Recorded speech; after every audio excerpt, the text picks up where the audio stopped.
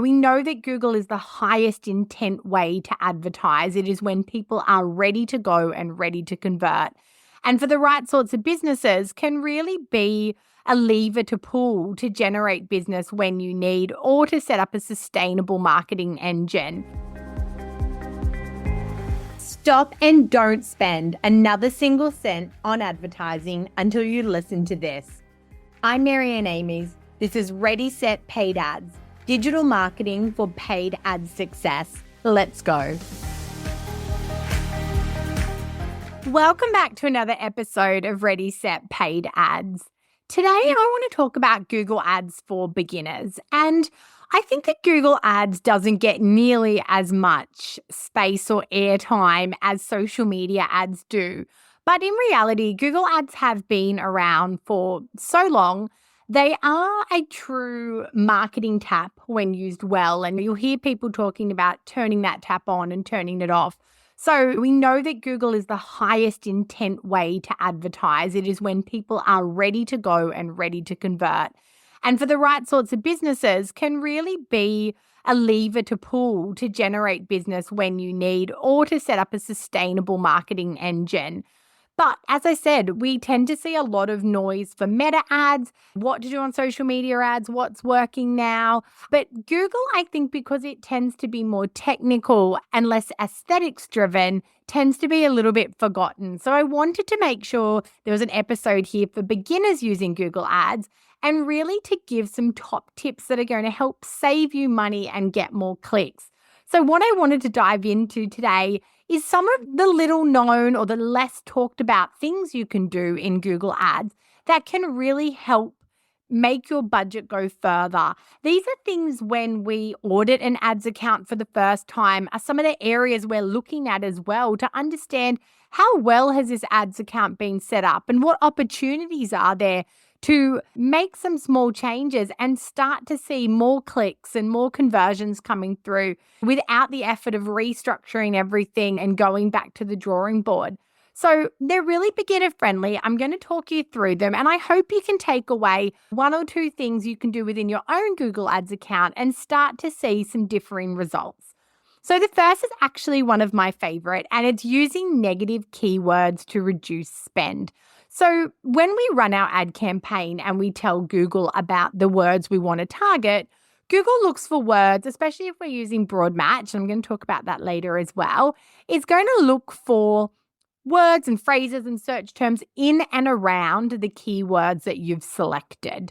So, for example, you might search or you might have selected luxury sunglasses, fashion sunglasses, but Google might also use the search cheap sunglasses and show your ad, or free sunglasses and show your ad, or disposable sunglasses and show your ad. So we need to set those parameters. And the way that we do that is by regularly going into the search terms report.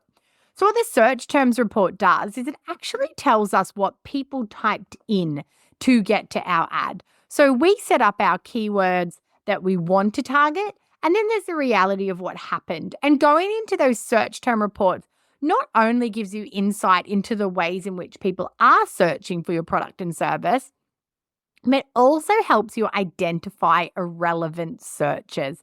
And when we negative them, we say to Google, I don't want this. So I don't want free sunglass terms. I don't want cheap sunglass terms. And again, you can do that in a broad and an exact way. But you can then say, I don't want that sort of traffic. I don't want my ads showing when the word cheap is there or the word free is there. And so all of a sudden, we're making sure we're only being shown to the most relevant versions of our search terms. And we're also being shown to the customers that are most likely to do business with us.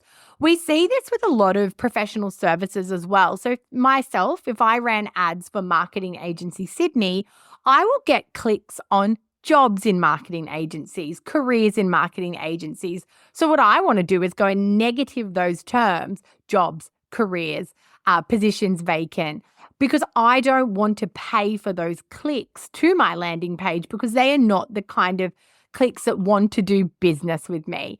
So it's a really great way to make sure your ads are showing to the most relevant customer. The next one is about enhanced conversions. So enhanced conversion sounds technical, but it's really about tracking who is doing what once they get to your website so that we can improve that tracking accuracy and that we can make sure that Google knows the full story of what happened after the click to again improve the quality of who it's showing to your ads to and how. So this is how Google gets that kind of first party data. So like emails from form subscriptions, and it improves tracking accuracy even when cookies are limited. So again, it's working within those new cookie laws and cookie rules, and enhanced conversions just gives that way for Google to know more about what's happening to help it optimize with you. And that's found in Google Ads under tools, conversions, select conversion action, and then enhanced conversions. The next one is using ad extensions for more clicks. So ad extensions, they're now called assets. They can help make your ads take up more space, have more engaging call outs, and really increase click-through rate as well. So we have our ad that appears and it looks very much like a search result. So you have the heading and then you have the description. And what ad extensions or assets now, as they known, are able to do is to add some copy under that kind of main summary that is clickable. So the types of things we're talking about here could be showing a promotion. So you could have an ad extension that says 20% off all skirts. And so now on top of your normal ad, there's a little call out that someone can click and they can go and take part in that promotion. You can also schedule them so that they turn off at the right time. You might also use specific site links. So again, if you're a service-based business, the site links might be read our case studies. The site link might be book a free consult. The site link might be download our free audit guide. It could also be phone numbers, so a click to call a phone number.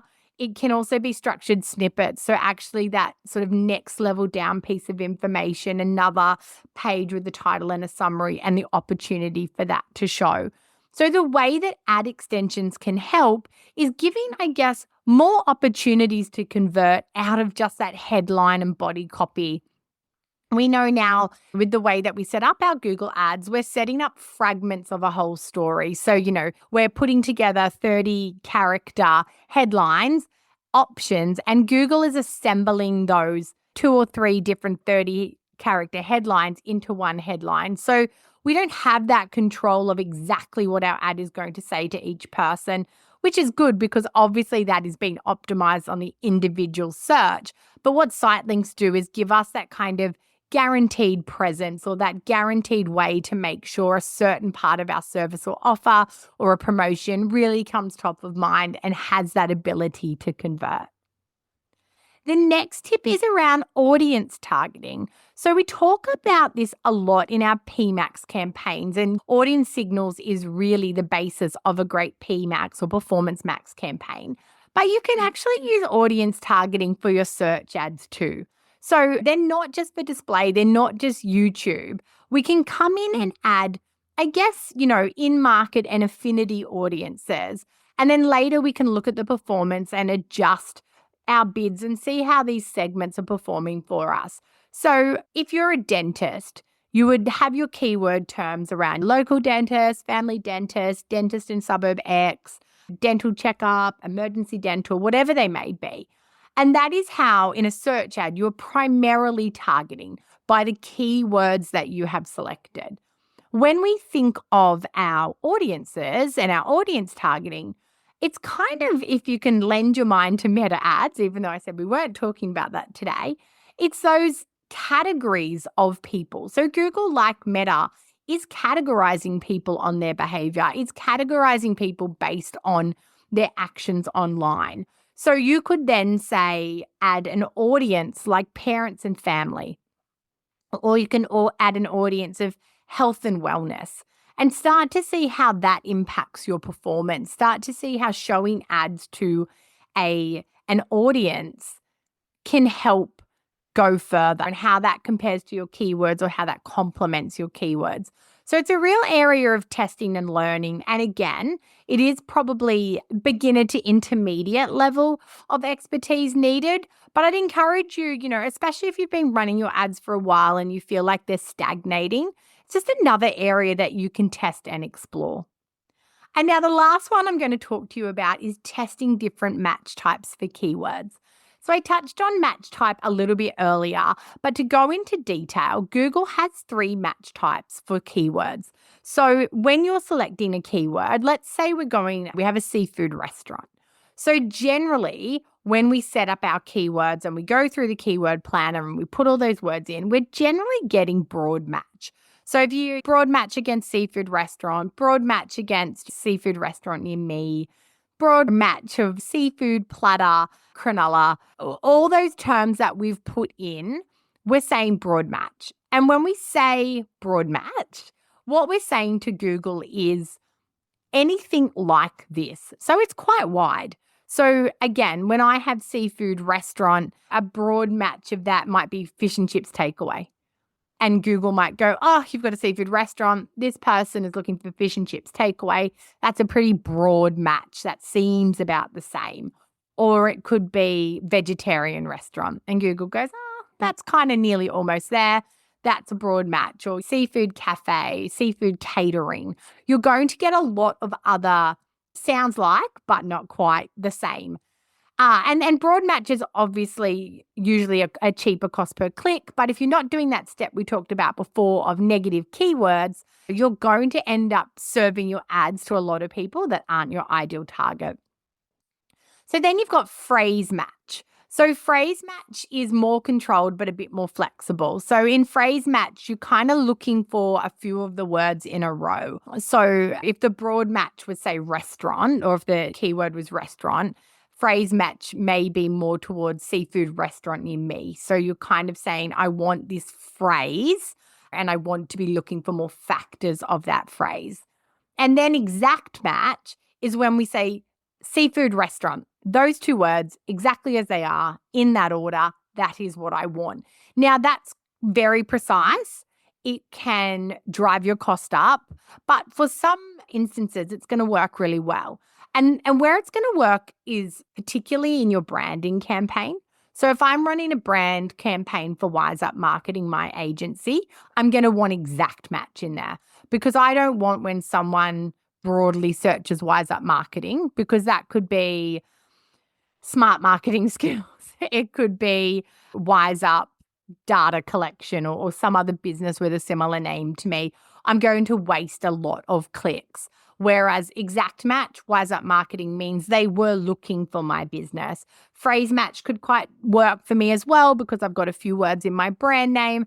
So it's going to come pretty close if they called me Wise Marketing, which I sometimes see people refer to the brand as, or if it's Marketing Wise Up, there's a chance that phrase would come up for me. So thinking about broad, phrase, and exact is a really interesting place to start targeting. And if your broad match is just costing you too many clicks, or you've got lots of clicks but low conversion against a few really popular keywords that are broad match, I would just add them in also as exact match, and maybe add them in also as phrase match, and just see how that impacts. See how the cost per click at each of those individual keywords with those different matches evolves.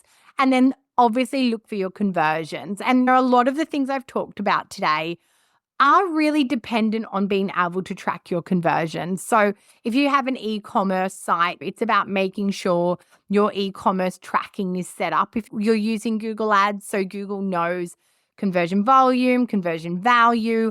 And then if you're a service-based business and you're running ads for lead generation purposes, again, make sure that you have tracking. So if it's a downloadable, that there's a thank you page that's getting tracked as a result. There's a contact us form, if there's a free consult form. And this is where it can get tricky with some of our health services and some of our services that use third-party booking apps. Looking into those booking apps and seeing if it can redirect back to your own website upon booking and to a thank you page on your website, because that conversion tracking is where all these tests and optimization can use real-time data to help you measure those results and be sure that you're implementing change. I hope that this has been interesting and insightful. I know I've moved through those quite quickly. I encourage you to listen to this again when you're at your Google Ads console and to really just step through each area and see if it's something that you can test. It's also important to not test too many things at once. So I would pick one area, make some changes, look after a couple of weeks, make some decisions based on that data and that intuition of what's happened in terms of offline conversions as well, and then make some further changes and again test those and really just look at optimization as an ongoing strategy of growth and development within your ads campaigns. We are at the moment developing a beginner's Google Ads workshop that's going to be delivered online. If that's something that interests you, please feel free to reach out to me on Instagram or LinkedIn and I can pop you on the wait list for that. But as always, it's been such a pleasure talking to you and I hope you found this useful and I look forward to talking to you again soon.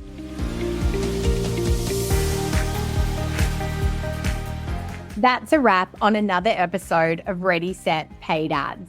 If you're looking for done-for-you services, training to upskill you in ads management, or free and paid resources to help you plan and execute better ads, head to wiseupmarketing.com.au.